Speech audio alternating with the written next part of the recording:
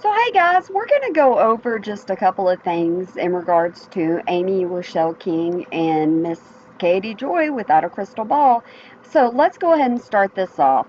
Amy King posted, Katie Joy, how dare you come after my mom and make accusations against her? Nobody does that. You have stepped over the line a long time ago, but to attack my mom after all she's been through? You are terrible. Stop lying. Hashtag true colors. Let's read just a couple of responses on here because this is all going to be my opinion and just my opinion. I kind of agree with some of the things being said. So, first off, let's start off by saying, so confused. What is this in regards to? I've never seen anything negative about your mom from her. Guys, I've tried to find out why Miss Amy Duggar King had decided to post this stuff, but through all my research, I haven't found out why this actually came up and why Katie Joy's name was actually mentioned. So let's just continue on reading a couple of these things under the tweet that Amy made. Girl, you are reading so far, or too much, okay, let me start over. Girl, you're reading too far into this. A break from social media is needed. KJ didn't say anything bad about your mom. You will forever be linked to your cousins, especially this convicted sex offender. Learn to not lash out because you read between the lines. Hashtag Project Much.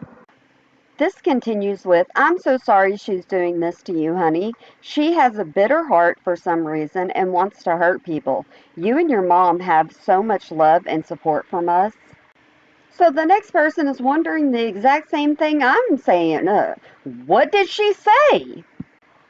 We continue on with, I have never seen Katie Joy say anything bad about your mom. I have only seen her say positive things about you and your mom.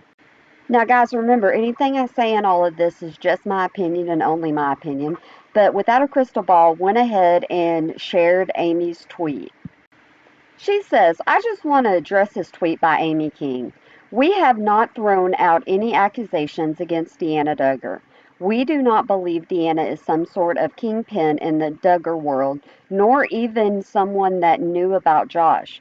We have reported for years that we believe that Jim Bob lied to his sister and niece about Josh and his crimes. Additionally, we have reported that online rumors about Mary Duggar's have recirculated since Josh's conviction. This is not an accusation that Deanna did anything to her mother. In fact, the rumors have nothing to do with Deanna. Mary was listed as an accidental drowning. Reddit and other boards have discussed the timeline. Other outlets have as well. Other than that, I have nothing to accuse Deanna of at this point. She is only tied to this because of her last name. If I have facts, I state facts. If I have an opinion, I state an opinion. Interviewing public sources sometimes means asking questions about public statements, photos, and verifying relationships. But we do not accuse anyone of crimes that they haven't committed, nor do we believe that Deanna has committed any crimes. That's it for now. So, from what I gathered, this is actually the post that started it all. This is just, in my opinion, like I said, only my opinion, but this seems to be what Katie Joy thinks started it. She starts out by saying, Update, this post is not about Deanna Duggar. Without a Crystal Ball has spent several months interviewing sources connected to the Duggars following Josh Duggar's arrest. One topic that frequently is discussed in these interviews revolves around corporal punishment. All sources admit that corporal punishment is stated within their faith and social circles. At least four sources allege having direct knowledge or have witnessed the Duggars using corporal punishment.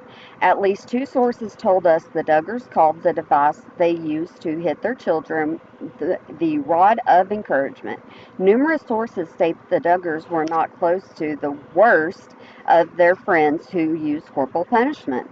We've heard from numerous sources that close friends of the Duggars punched their children in the faces, stalking of children who leave, and domestic violence against wives.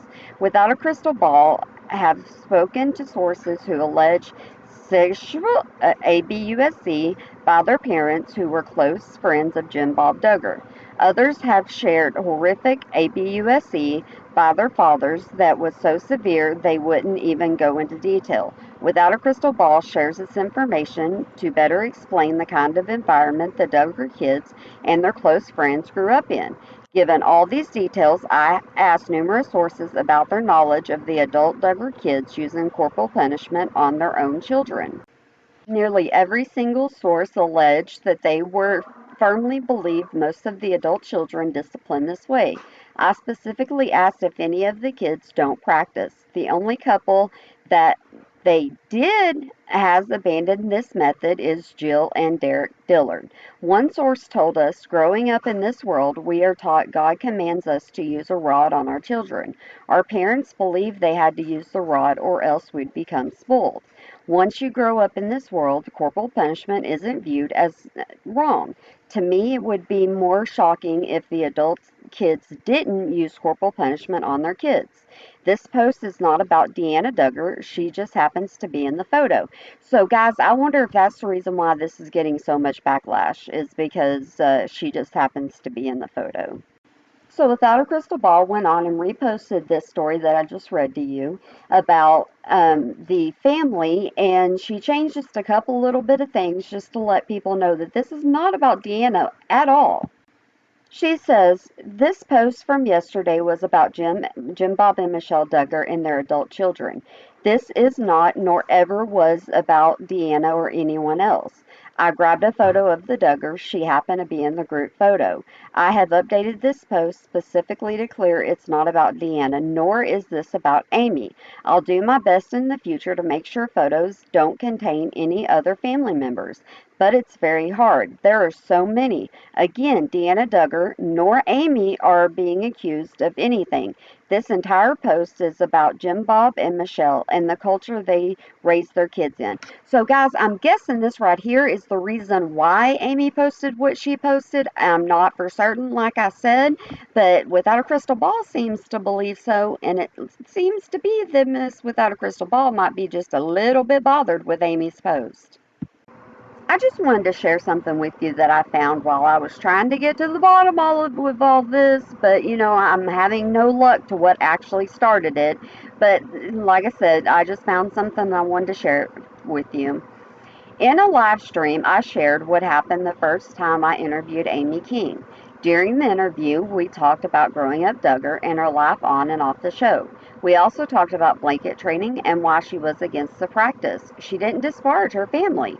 Within 10 minutes of posting the interviewing, she called and demanded I remove the video. I could hear her mom on the phone with Jim Bob, who was threatening to sue them if I didn't remove the video. Amy was panicked. Her mom was panicked. So I was so confused and felt bad. She didn't say anything wrong, but Jim Bob told them if the video remained, he would sue her for $500,000. Over the 2 years I knew her and spoke to her, she would similarly contact me in a panic and demanded I remove posts. She would shade a cousin, call them out, and like many outlets, I posted what she said. I learned Amy used shade to get her message out because Jim Bob would threaten to silence her through lawsuits. He was a millionaire with a network. Amy was not. I generally complied because I felt badly for her, but then she would make demands of me to remove content that dozens of other outlets covered. The other outlets weren't told to remove content, only me. Guys, I found this on Katie Joy's TikTok in regards to something that she was saying about Amy King's aunt, and Amy was laughing about it. So I just wanted to share this with you. For you because I know you can't say it, but I have to do something. I have this impression I do that people are like go crazy for. Okay, we're just gonna be joyfully available because all of our husbands we need to do things for them all the time. And it's a woman's responsibility to always be joyful. And when my daughters get married, we're gonna be joyful. Wow. I know. All I can say to that is I don't know who that person is. However, you do not have to be joyfully available for No. your husband 24/7. No, you don't. That's not how that works. No.